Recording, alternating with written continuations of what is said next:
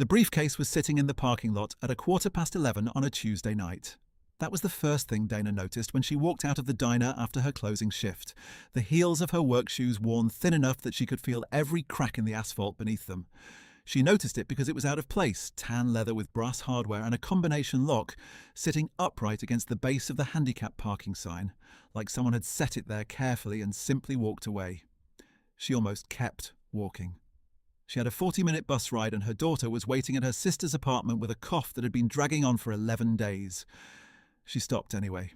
She looked left and right across the mostly empty lot, at the closed seafood restaurant across the street and the gas station a block north with its lights still humming. Nobody. She picked the briefcase up. It was heavy. Not bag of rocks heavy, but heavy the way things are when they are full of something that matters. She did not open it there. She carried it back inside the diner, set it on the stainless steel counter beside the dish pit, and called out to Ray, who was mopping the kitchen floor. "Somebody left this out front," she said. "You know whose car was parked by the handicap sign?" Ray came to look. He shrugged. "Nobody I recognized. Black sedan, maybe. Left about 20 minutes ago." Dina stood there with her coat half on and looked at the briefcase. Then she set it behind the counter, wrote the date and time on a sticky note, pressed the note to the leather and told Ray she was leaving it locked in the manager's drawer until morning. She did not open it. That part matters. The next morning, Marcus Holt woke up in his hotel room at 6:14 a.m. and knew before he even reached for his phone. He had flown in from Atlanta the night before for a meeting with a private equity group downtown. A meeting that represented 3 years of work and a handshake that was supposed to turn into a term sheet. The briefcase had carried the documents, the hard copies of the contracts, the signed letters of intent, and 112 bank-wrapped bundles of cash. The earnest deposit his attorney had insisted on keeping in physical form, for reasons Marcus had not fully understood and now fully regretted. $90,000 in cash. The kind of money that did not simply get replaced with a call to customer service. He had carried the briefcase from the rental car to the trunk, then from the trunk to the diner at 11, where he had stopped to eat something before the drive back to the hotel, and then he pressed his face into his hands and realized he had left it next to the parking sign while he fished for his keys, walked to the car, and driven away without it. He called the diner at 7 a.m. when the sign on the door, he remembered, said they opened. A woman picked up on the second ring. "Morning, V's Diner. My name is Marcus Holt," he said. "I think I left a briefcase in your parking lot last night." There was a pause. He heard the sounds of a morning kitchen behind her. "Tan leather, brass hardware," the woman said. His chest opened. "Yes, it's here," she said. Nobody touched it. He sat on the edge of the hotel bed for a moment without speaking. $90,000 in cash in a parking lot in a city he didn't live in, and it was sitting behind a diner counter because someone had chosen not to walk away from it. "I'm coming now," he said. He didn't ask how much was missing. He already knew somehow that the answer was nothing. Dina had been working the morning shift since 6:30. She was 34 years old, had been on her feet in this diner for 3.5 years, and on good weeks she cleared $900 after taxes. She was raising her daughter Camille, who was 6, mostly on her own, which meant she was also raising Camille's cough, Camille's homework, Camille's nightmares, and the ongoing question of whether the hot water heater in their apartment was going to hold out through winter or give up quietly one morning when they could least afford the repair. She had grown up in this city, had gone to school here, had started working here at 17, when her mother's health stopped allowing for much of anything else. She had planned at various points in her life to go to community college, to become a medical assistant, to leave the city entirely, to do something with the administrative work she was genuinely good at. Life had other schedules. Camille had arrived when she was 28, which she had not planned for, and her daughter's father had been around for 11 months, and then, gradually and then completely, not around at all. She was not bitter about it in any way she allowed herself to examine. She had Camille, and she had Paulette, and she had this diner, and she had her grandmother's voice inside her, and most days, that was enough. Her sister Paulette watched Camille on late nights, which happened more often than Dina liked to admit, and Dana paid Paulette in cash out of her tip envelope every Friday, the same way she paid everything. Carefully and a little short, and with apologies, she tried not to say out loud. She was not thinking about the briefcase when she came in that morning.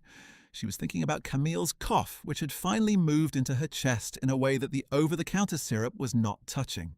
She needed to take her to the pediatrician before it became something worse, which meant she needed to leave by 2, which meant she needed someone to cover the last hour of her shift, which meant she needed to ask Terry, and Terry already owed her 2 shift covers and was keeping a running tally in her head the way Terry kept tally of everything. She was refilling coffee at the far end of the counter when she heard the bell above the door and looked up. He was a man in his early 50s, a little over 6 feet, in a dark grey dress shirt with the sleeves already rolled to the elbow even at 7 in the morning, the look of someone who had not slept and had stopped pretending he had. He scanned the room once, the way people do when they are looking for something specific, and his eyes landed on the manager's station near the back. She set the coffee pot down. "You called about a briefcase," she said. It was not a question. He looked at her. "Yes?" "1 minute." She went to the manager's drawer, which she had already unlocked when she came in, lifted the briefcase out and carried it back to him. She set it on the counter between them. He looked at it for a long moment like a man who had already rehearsed this in his head and was not sure the real thing would match up to the rehearsal. Then he reached for the combination lock, dialed it, and opened the case. He looked at it for another moment, and then he looked up at her. "It's all here," he said. She nodded. "I know. You opened it." "I had to check for ID," she said. "Didn't find any, but I counted it so I'd know if anything went wrong overnight." She said it the way she said most things, plain and direct, no particular emphasis. I wrote down the count. Manager has the note. He stood at that diner counter at 7:15 in the morning and looked at this woman in her uniform and her work shoes, and something moved through him that he had not expected and was not prepared to describe. "What's your name?" he said. "Dina." "Dana." He said it once, like he was placing it somewhere. "Who worked last night that found this?" "I did. Closing shift." He nodded slowly. "And now you're working the morning shift." "Yes." He reached into the briefcase and she put her hand out, flat, not touching him, just present. "Please don't," she said. He stopped. "I'm not looking for a reward," she said. "I returned it because it was the right thing to do. That's the only reason." She pulled her hand back. "I hope whatever it was for works out for you." He closed the briefcase. He stood there for a moment longer than felt natural, and she had already turned back toward the coffee station when he said, "Can I sit down for breakfast?" She looked back at him. "We're open," she said. "If you've ever watched a person do the right thing when nobody was looking and wondered how it is that people still do that, stay with me. Because this story is about exactly that." He ordered eggs and wheat toast and black coffee, which she brought without ceremony, and he sat at the counter and watched the diner fill up around him in the way diners fill up on weekday mornings, slowly at first, and then all at once. He watched her work. He watched the way she moved, efficient and unhurried at the same time, the way she remembered orders without writing them down, the way she checked in with an older gentleman in the corner who came in every day and always ordered the same thing and sometimes needed his coffee moved closer to the edge of the table because his reach wasn't what it used to be. He was not conducting an interview. He was simply watching. He had built his company from nothing. Not from nothing the way people said when they meant they hadn't started with quite as much as they wanted, but from actual nothing. From a one-room apartment in East Atlanta, and a father who worked a loading dock until his back gave out, and a mother who cleaned offices at night. He had worked since he was 14, had built and sold 2 companies by the time he was 40, and was now 3 years into building a third that was about to become, if this week went correctly, one of the fastest growing logistics companies in the Southeast. He had money, he had influence, he had a daughter in college and a house in Buckhead, and a car he sometimes forgot was his because he had not grown up expecting to have it, and he had left $90,000 in a parking lot. And a woman on a double shift had given it back to him without a word of what it had cost her to make that choice. He knew what it cost. He knew the math of the life she was living better than she might have guessed. When she refilled his coffee the second time, he said, "How long have you worked here?" 3.5 years. "Do you like it?" She thought about it. "I like the people," she said. "Some of them." He almost smiled. "What would you rather be doing?" She looked at him sideways, the look of someone who had been asked a question they had trained themselves not to answer. "I have a daughter," she said. "I don't spend a lot of time thinking about what I'd rather be doing." He nodded. He did not push it. He left a $40 tip on a $16 breakfast, which she noticed when she cleared the table, and which made her stand still for a moment before she folded it into her apron pocket and went back to work. She told herself it was a percentage, that some people tipped like that it didn't mean anything in particular. She had told Terry by then about the briefcase because the diner was small, and Ray had told 2 people already, and those 2 people had told the cook, and the cook had told Terry.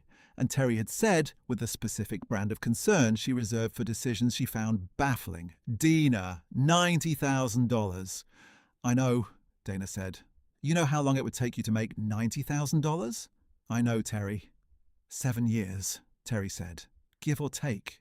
"I know that." Terry shook her head and went back to her tables. She wasn't judging. She was just Terry, who believed in a kind of arithmetic that Dina had never been able to fully inhabit. There was a part of Dana that understood Terry's position. The math was real. 3 children could be clothed for what she had returned. 3 months of rent. The paediatrician bills that kept accumulating in the drawer by the phone, where she put things she was not ready to deal with. She understood the arithmetic of it very well. What Terry did not understand, and what Dina had never been able to explain in a way that landed, was that the arithmetic only told you what something was worth. It did not tell you what it cost to keep it. Dina had grown up in a house where her grandmother had a saying that she kept somewhere close to the centre of herself. What belongs to someone else never truly belongs to you. It was not complicated. It was not even particularly noble. It was just a way of moving through the world that had been handed to her by someone she trusted, and she had never been able to put it down. She left at 2 o'clock, which Terry covered without being asked, and took the bus to Paulette's to pick up Camille. Camille had a fever of 101. She got to the after-hours clinic at 3:30, waited an hour and 20 minutes in a waiting room where the fluorescent light above the magazine rack had been flickering for what looked like weeks, and saw a nurse practitioner for 9 minutes. She walked out with a prescription for an antibiotic and the instruction to keep her daughter's fluids up. The prescription cost $37 at the pharmacy on the corner, which was $37 she had not planned for, which meant she was going to come up short on the second half of her phone bill, which meant she was going to have to call and ask for an extension, which was a call she had made before and hated every time. She paid it. She stood at the counter while the pharmacist processed the card and did not look at the small screen that asked her to confirm the amount. She had learned not to look at those screens. You just handed the card over and you dealt with whatever came after. She bought a cup of soup from the bodega across the street for Camille and carried her daughter home on the bus with Camille's head resting on her shoulder, warm and heavy with sleep, and the paper bag with the antibiotics clutched in her free hand. She did not think about $90,000 on the bus ride home. She thought about whether she had any more orange juice in the refrigerator, and whether the paediatrician's office would be less expensive than the after-hours clinic, and whether Camille's cough would be better in 48 hours, or whether she should take her out of school for another day. This is the part of the story nobody sees. The part that happens after the right thing is done, in the hours when a different kind of math takes over and there is nobody in it keeping any record at all. She did not feel noble. She did not feel like someone who had done something worth noting, because to her she had not. She had found something that did not belong to her and she had returned it. The fact that there was $90,000 inside it did not change the category of the act. It only changed the number of times she lay awake that night thinking about what category it had been. She thought about Camille. She thought about the paediatrician. She thought about a savings account that had $82 in it and had never held more than $300. She thought about these things the way you think about things you cannot change, which is to say, carefully and for exactly long enough to know you have thought about them, and then you put them somewhere and you close the drawer. 3 days passed. On Friday morning, Dina was back on the opening shift, pouring the first pot of coffee at 6:45, when the bell above the door rang and he walked in again. She recognized him before she had fully turned around. He was dressed differently this time. No rolled sleeves, a dark jacket, the look of a man who had somewhere to be. He had a folder under his arm. He sat down at the counter in the same seat. She came over and did not ask what he wanted. She poured him coffee. "The meeting went well," he said. "I'm glad," she said. "Better than well." He paused. "The term sheet was signed yesterday morning." She nodded without fully knowing what that meant, in the way people nod when they understand the weight of something, even if not its specifics. He put his hand on the folder. "I want to offer you a job," he said. She put the coffee pot down. I'm not a charity case, she said. The words came out more quickly than she intended, and she heard the edge in them and did not apologize for it. I know that, he said, and his voice did not flinch. This isn't charity. I run a logistics company. We do regional freight coordination, last-mile delivery, driver fleet management. We're growing. We need people who are reliable, who pay attention to details, who tell the truth even when it costs them something. He looked at her directly. You're the most qualified person I've interviewed for the position I'm about to describe, and I haven't asked you a single question. She said nothing. The job is an operations coordinator role, he said. It's an entry-level title, but not entry-level work. You'd be managing schedules, communicating with drivers, tracking deliveries, filing exception reports when something goes wrong. It requires precision and patience and the kind of judgment you can't really train someone to have. He opened the folder and turned it to face her. Starting salary is $48,000 a year. Benefits on day 1. Remote 2 days a week. The office is 4 miles from here.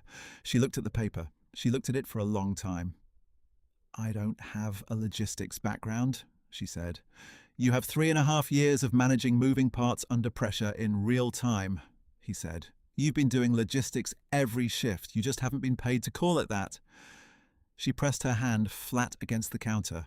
She could feel the worn edge of it beneath her palm. The place where years of trays being set down had smoothed the laminate to something close to silk. Why are you really here? She said. He was quiet for a moment. Because I built what I built on the belief that the people who show up and do the right thing deserve to have something come back to them, he said. And because I am in a position to make that true for one person today, and I'd be a hypocrite not to. He let that sit. It's not charity, it's a hiring decision I'm confident in. If you don't want it, I'll hire someone else and they will be the one losing out. There was a couple at the end of the counter who needed a refill. She could see them in her peripheral vision. She did not move toward them yet. Can I have until Monday? She said. Yes, he said.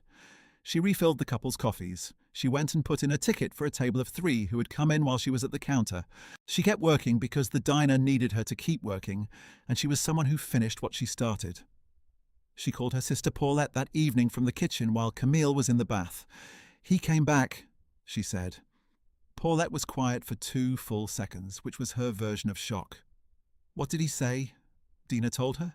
She laid it out plain, the numbers and the title and the benefits and the 4 miles. Paulette said, Dina, I know. That's almost double what you make now. I know. And benefits on day 1.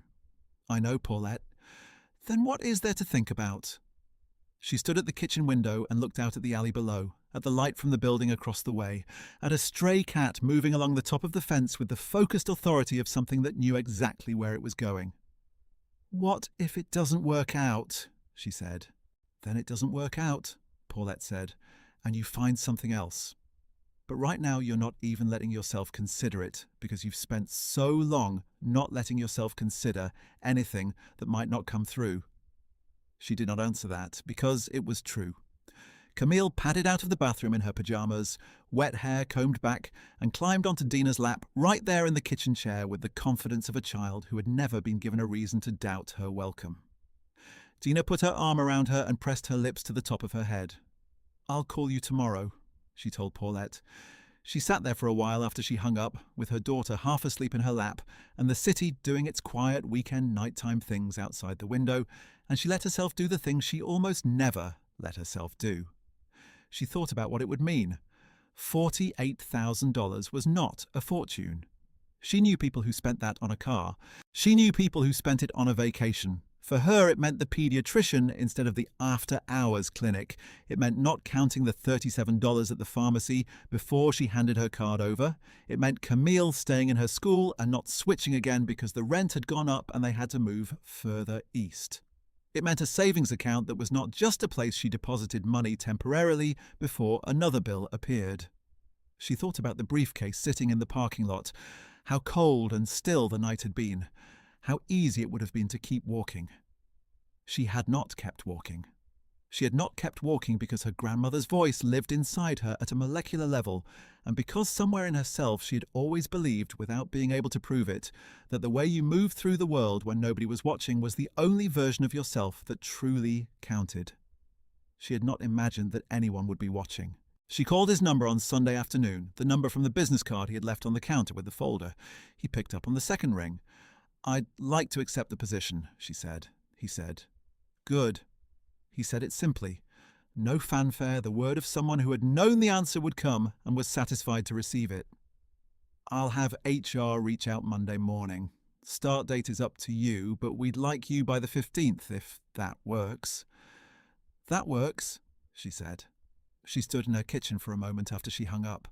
The light was coming through the window at the angle it did on Sunday afternoons, the long, golden light that made the worn countertop look almost beautiful.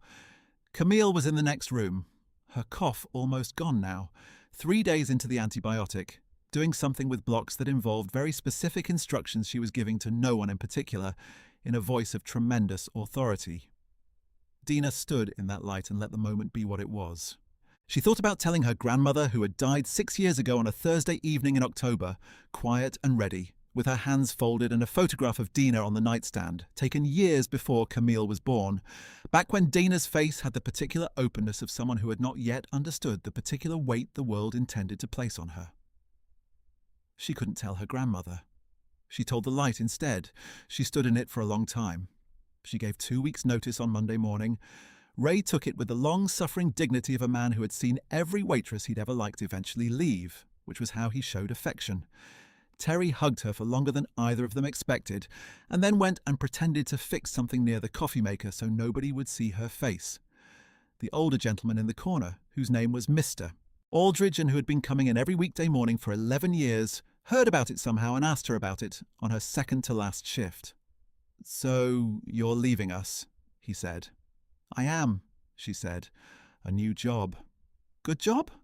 "I think so," she said. He stirred his coffee slowly, the way he did when he was thinking. "You're good at this, you know," he said. "Doesn't mean it's where you're supposed to stay." She looked at him for a moment. "Thank you, Mr. Aldridge," she said. "Don't thank me. Bring my rye toast." She laughed. She went and got his rye toast. Her last day at the diner was a Thursday. Ray ordered a sheet cake from the bakery across the street that said, "We'll miss you, Dina," in yellow frosting. And Terry cried again and ate 2 pieces, and the lunch rush came and went and didn't know it was a farewell. The same faces at the same tables with the same orders. A Wednesday chicken soup and crackers becoming a Thursday same thing for Mr. Copeland, who tipped $3 no matter the check, and always said thank you like he meant it specifically. She worked the whole shift the way she always worked it, no slower and no faster, and at the end of it she cleaned her station, folded her apron, and took her name badge off the lanyard and held it for a moment. Her name on a piece of laminated plastic she had worn for 3.5 years. She put it on the counter. It would go back into the drawer for the next person. Dina walked out of the diner for the last time in her uniform, with her locker emptied into a canvas bag, and stood in the same parking lot where all of this had started, on a night only 3 weeks ago that already felt like it belonged to a different chapter. She stood there for a moment. She didn't see the handicap sign the same way anymore. She was not sure she ever would again. Does that make you wonder what small thing you might have passed by? What moment you might have walked away from? If it does, I'd love to hear it in the comments. It's the question this story keeps asking me. She started at the new job on a Monday. The office was in a building with a glass lobby and a security desk and an elevator that opened onto the 4th floor, where the operations team sat in an open room full of mounted monitors, tracking delivery routes in real time, and where his assistant, a brisk and organised woman named Pam, walked her through her workstation, her logins, her schedule, and the fact that lunch was on the 4th floor and not the 2nd. Her computer had a name placard. It said, Dina Reeves, her name on a placard on a desk. She sat down at it. She spent the first hour reading the exception report manual, which was 42 pages and which she read the same way she read anything important, slowly and twice, making small notations in her notebook at the points where the logic seemed to depend on knowing something the manual did not explain. She asked Pam 2 questions. Pam said both were good questions and answered them precisely. The second hour she sat in on a driver dispatch call, 14 drivers, 6 routes, 3 active delivery windows running simultaneously. She did not say anything on the call. She listened and tracked the moving pieces in her head, the way she tracked a full section at the diner. Everything in motion at once, the table that needed its check, and the table that needed a refill, and the table that had just been sat and needed the greeting, and the kitchen that was running behind on the grilled chicken. By the afternoon, she had already caught a routing error on the eastern loop that nobody else had flagged, the kind of small observational reflex that had been trained into her by 3.5 years of tracking a dozen tables simultaneously and knowing before anyone asked that the man in the corner needed more coffee. Pam told her at 4:30 that Marcus had asked how her first day was going. "Tell him it's fine," Dina said. "Tell him the routing system needs a secondary flag on exceptions that don't resolve within 2 hours. I'll write it up." Pam looked at her for a beat. "I'll tell him," she said. Marcus sat in his office at the end of the floor and read the exception flag proposal she sent him at 4:55. It was 2 paragraphs, specific, with a suggested implementation timeline and a note about which driver routes would benefit most from the change. He read it twice. He had hired people with master's degrees in supply chain management who had not caught what she caught on her first day. He had hired people who could tell you the theory of logistics operations and who could not find a misrouted truck if it was sitting in their driveway.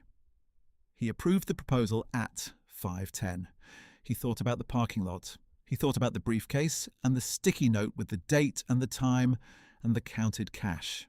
He thought about the woman who had told him, "Please don't," when he reached for his wallet, and the way she had said it, not with bitterness or performance, just with the steady self-possession of someone who knew exactly who she was. He had known people like that. He had not met enough of them. 6 months later, Dana received her first performance review. It was conducted by the operations director, a practical and low-drama man named Calvin, who said what he meant and appreciated when other people did the same. He told her that her exception catch rate was the highest on the team, that 2 of her process improvements had been formally adopted, and that the feedback from the driver pool on communication clarity was, in his word, exceptional. He gave her a raise. Not a large one, the standard first-year increment, but it moved her to $51,000, and he told her there would be another review in 6 months, and that based on her trajectory, he expected it to be a more significant conversation. She thanked him. She did not make a scene of it or let herself fill the air with the gratitude she felt, because Calvin was not the kind of person who wanted that from you, and she was not the kind of person who dispensed it just to fill a room. She went back to her desk. She called Paulette that evening. "They gave me a raise, Boo," she said.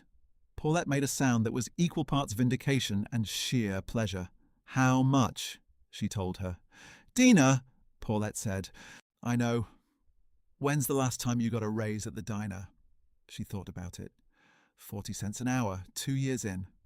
Paulette laughed, and Dina laughed too, the kind of laughter that comes out of something that had been coiled tight for a long time, finally being allowed to release. Camille was sitting at the kitchen table doing homework with the focused seriousness of a child who had decided that 2nd grade was a professional undertaking. She looked up when her mother laughed, and then she looked back down at her worksheet, satisfied.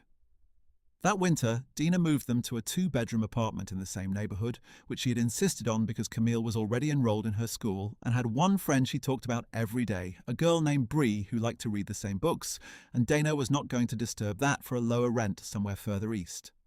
The apartment had a room for Camille, a room with a window that faced east and caught the morning sun first. On the day they painted it, Dina set Camille up with the colour swatches from the hardware store and watched her daughter deliberate with the seriousness of a contractor reviewing blueprints. She eliminated 5 colours in under a minute. She held the remaining 2 up to the light for several minutes, turning them. She chose lavender, a purple so particular and saturated that it looked almost violet in the afternoon and almost silver in the morning, and she informed Dana that this was the correct choice and there was nothing further to discuss. She bought Camille a new pair of shoes for school, the kind with the Velcro strap, because Camille could not yet do the laces reliably and was deeply impatient with anyone who suggested she practice. She bought herself a pair of work shoes from the goods shoe store on the commercial strip, the kind with the cushioned insole that the woman at the counter said would last for years, and she stood in them in the aisle of the store and felt the uncomplicated luxury of feet that did not hurt. She saved her first full month of the raise. She put it in a savings account that had previously held $82 and a lot of good intentions. She did not tell many people the story of how she had gotten here. It was not that she was hiding it. It was that the story, when she tried to tell it, always seemed to want to become something about luck or reward, and she was not sure that was the right container for it. What had happened was not luck. What had happened was that she had done the thing she would have done regardless. And then the world had noticed. The world did not always notice. She knew that. She had seen it not notice for a long time. She also knew what her grandmother had known, the thing that did not depend on the world noticing at all. You could not carry something that wasn't yours without it changing you in ways you could not take back. She had never wanted to be changed that way. She had never wanted to look at her daughter with some other person's money standing between them and the truth of who she was. She had not imagined a briefcase in a parking lot would change anything about her life. She had just imagined that she could live with herself in the morning. A year after she started, Marcus stopped by her desk to tell her that the company had closed its Series B funding round and that the operations team was getting bonuses. He told her the number privately before the all-team announcement. She looked at the number. It was $6,000. She thanked him quietly and did not make a fuss, and he was almost at the end of the floor before she said his name. He turned. "I'm grateful," she said, "for the chance. I know that's what it was." "It was a hiring decision," he said. "You've validated it every day." She nodded. She turned back to her screen. She messaged Paulette at her break. $6,000 bonus. Paulette replied in 4 seconds. 3 letters, all capitals. She was already smiling before she put the phone down. That evening she took Camille out to dinner. A real restaurant, a booth with cloth napkins and a kids' menu with a little paper crown attached to it that Camille wore for the entire meal with the gravitas of a person accepting a coronation. They split a dessert, warm chocolate cake with ice cream on the side, and Camille ate her half with the efficiency of someone who was not planning to leave any evidence. On the bus home, Camille leaned against her, the paper crown slightly askew. "Mama," she said. Today was a good day. Dina put her arm around her daughter and looked out the window at the city going past in the dark, the lit windows and the storefronts, and the people moving along the sidewalks with their particular purposes. "It was," she said. She thought about a parking lot on a cold November night, about a briefcase left upright against a sign, as if waiting to be found, about the weight of it in her hands and the moment when she could have kept walking, and did not. She thought about the 40-minute bus ride home with nobody watching, and the sticky note she pressed to the leather, and the drawer she locked, and the morning she carried it out and set it down without ceremony, and said, "I counted it so I'd know if anything went wrong." She had not done any of it for this. She had done it because she could not have done otherwise, and still been herself. She was glad. She was genuinely, quietly glad, in a way that did not require explanation or announcement, the way the best things in a person's life tend to settle, not loud and not sudden, just present and warm and there.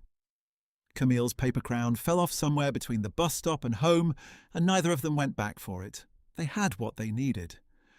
Have you ever done the right thing when nobody was watching and wondered whether it mattered? I think it always does. Tell me your story in the comments. And if this one stayed with you, there's another one waiting for you right after this. This story is a work of fiction created for entertainment purposes. All characters, events, and details are imaginary.